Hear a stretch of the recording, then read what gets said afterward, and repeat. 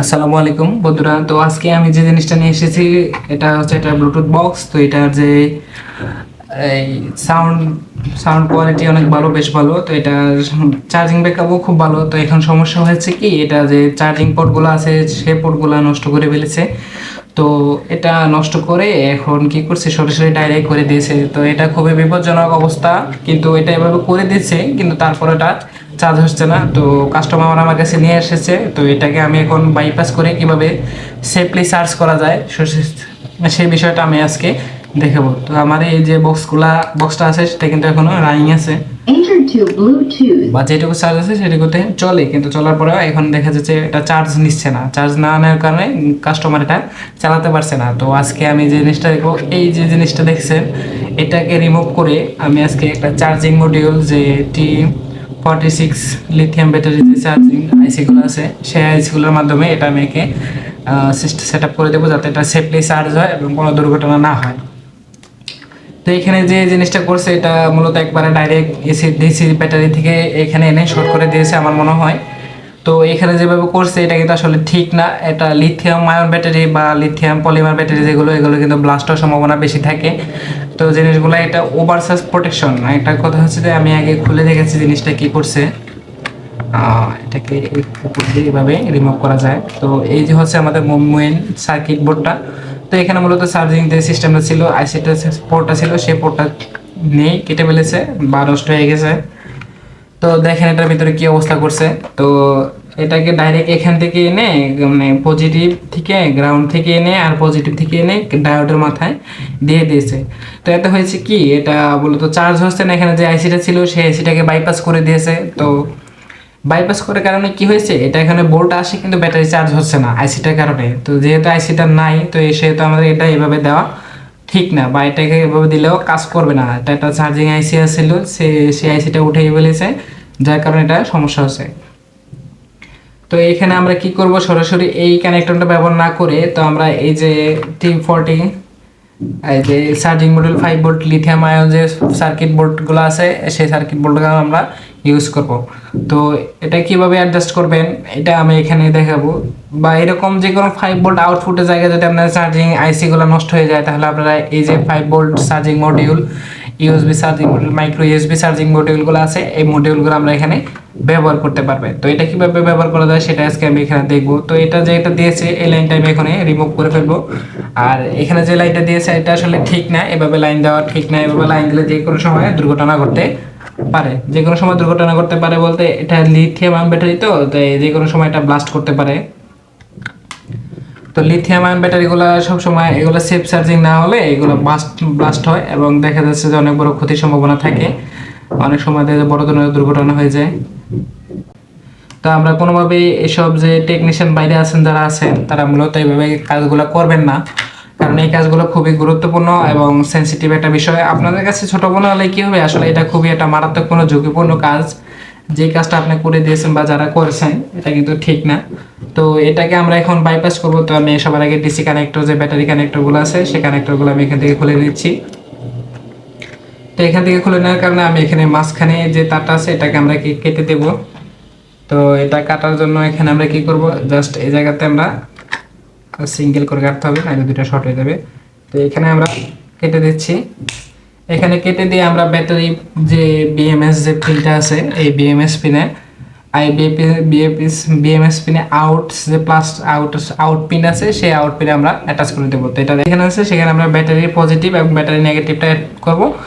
এবং যে output pin আছে সেই আউটপুট পিনে আমরা এই যে আউটপুট যে কেবলটা আছে সেই কেবলটা আমরা এখানে অ্যাড করে দিব। তো এটা বড় তেমন কোনো বেশি ঝুঁকিপূর্ণ না, সিম্পল একটা ইজি বিষয়, আপনারা দেখলে পারবেন। তো এটাকে আমি একটু সোল্ডার করে নিচ্ছি যাতে আমার লাগাতে সুবিধা হয়।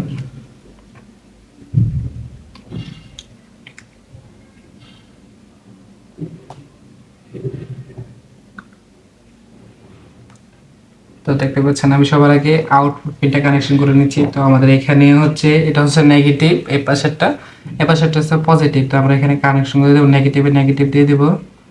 নেগেটিভ দেওয়ার পরে এখানে আমরা একটু সোল্ডার করে নেব। আর এখানে হচ্ছে পজিটিভটা আমরা এখানে দিয়ে দেবো। এটা হচ্ছে আউটপুট পজিটিভ হচ্ছে মানে আমাদের যেখানে সার্কিটে যে লাইনটা যাবে, যে আউটপুট ডিসি 5 ভোল্ট যে ইনপুট হবে, সেই ইনপুটে আমরা এই আউটপুটটা দিব। তো এটা দেওয়ার পরে আমাদের এখানে কাজ হচ্ছে, এখানে একটু সোল্ডার করে দিচ্ছি আমি এখানে এটা আমি সোল্ডার করে দিচ্ছি।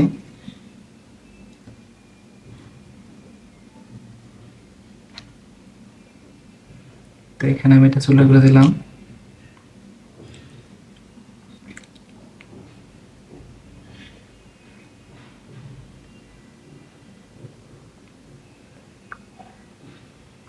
তো এখানে আমার সার্চিংটা কমপ্লিট হয়ে গেছে, দেখতে পাচ্ছেন আউটে আমরা আউট পজিটিভ এবং আউট নেগেটিভ দুটো দিয়েছি। তো এই কানেক্টরটা এখন আমরা এখানে লাগাবো, কোন জায়গায় লাগাবো হচ্ছে এই জায়গাতে যে ব্যাটারি ডিসি কানেক্টরগুলো আছে এই কানেক্টরের মাধ্যমে লাগাবো।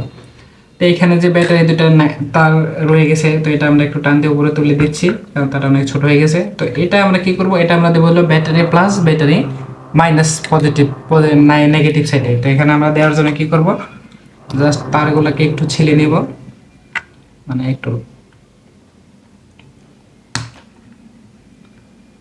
সোল্ডার করে নিচ্ছি, যাতে সোল্ডার করতে আমার একটু সুবিধা হয়।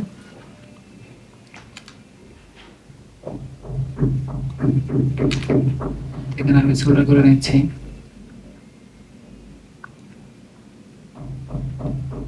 সোল্ডার করা প্রায় শেষ।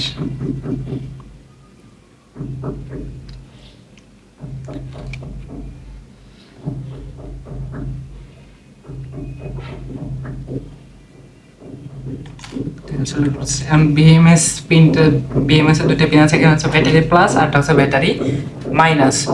তো ব্যাটারি প্লাস এবং ব্যাটারি মাইনাস দুইটাতে আমরা এখন কি করব, দুটো ব্যাটারি কানেকশন দিয়ে দেব।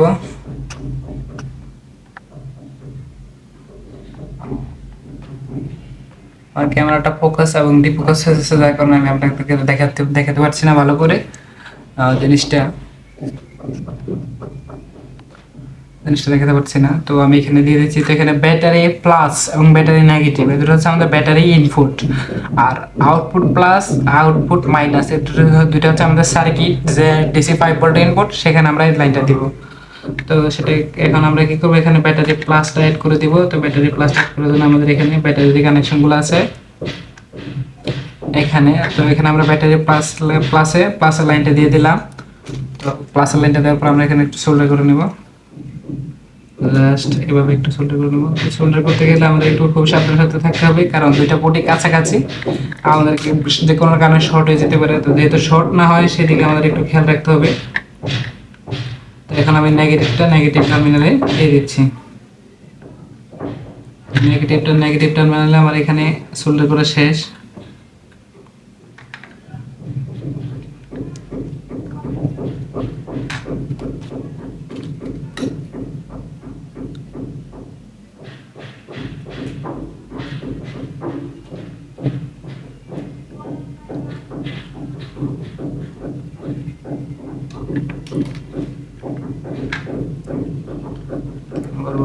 হচ্ছে না, এখন আমি দেখবো জিনিসটা আসলে কাজ করতেছে কিনা। তো এখানে যে ইনপুট কানেকশনটা আছে আউটপুট, তো এটা আমরা সার্কিটের যে আউটপুট যে আছে এটা ডিসি ইনপুট, এই ইনপুটে আমরা এই যে কানেক্টরটা দিয়ে দেবো। কানেক্টরটা এইভাবে এখানে দেওয়ার পর আমরা এখন দেখবো যে সার্কিট আসলে কি কাজ করতেছে কিনা। হ্যাঁ, সার্কিটটা কাজ করতেছে। তো এখন আমরা দেখবো যে এটা আসলে চার্জ করে কিনা বা কি আসলে বিষয়। তো চার্জ করার জন্য আমাদের এখানে একটি 5 ভোল্ট মাইক্রো ইউএসবি কেবল লাগবে। তো আমরা এটাকে সরাসরি একটু চার্জ করে দেখবো যে এটা চার্জ হচ্ছে কিনা। হ্যাঁ, চার্জিং এসে চলে গেছে, তার মানে আমাদের এখানে চার্জারটা লাইন পায় নাই। হ্যাঁ, যে রেড এলইডিটা গ্লো করছে, তো এটা আমাদের এখন মানে বোঝাচ্ছে যে চার্জ হচ্ছে। বা আমাদের যখনই চার্জ কমপ্লিট হয়ে যাবে তখন এখানে একটা গ্রিন এলইডি জ্বলবে আর রেডটা বন্ধ হয়ে যাবে। তো এভাবে আসলে বিএমএসটা কানেক্টেড করতে হয়। তো এইভাবে যাদের বাসায় এরকম ছোটোখাটো 5 ভোল্টের ডিসি ইনপুট বা আউটপুটের সমস্যা হচ্ছে তারা এইভাবে ইউজ করতে পারেন, বা যাদের সিঙ্গেল ব্যাটারি ইউজ করে পাওয়ার ব্যাংক তৈরি করেন তারাও এরকমের বিএমএস ইউজ করতে পারেন। তো আসলে এইভাবে কানেকশন করে দিলে জিনিসটা আসলে সেফ থাকলো। আর ঠিক আছে, আর বড় আগে যে সিস্টেমটা করে দিয়েছে সেটা আসলে সেফ না, সেটা খুবই বিপজ্জনকভাবে করে দিয়েছে। তো সেটা আসলে যে কোনো সময় ব্লাস্ট হতে পারে, বা যে কোনো সময় আপনার বিএমএস ব্যাটারিগুলো আমরা আসলে যেগুলা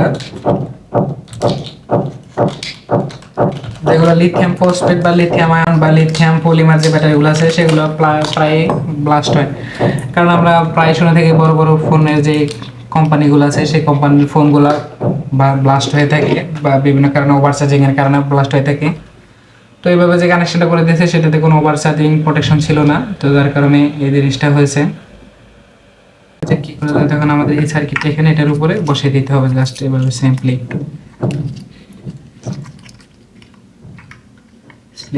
আমরা এই সার্কিটটাকে এখানে বসাই দেব। জাস্ট এখানে যে আউটপুট অংশটা আছে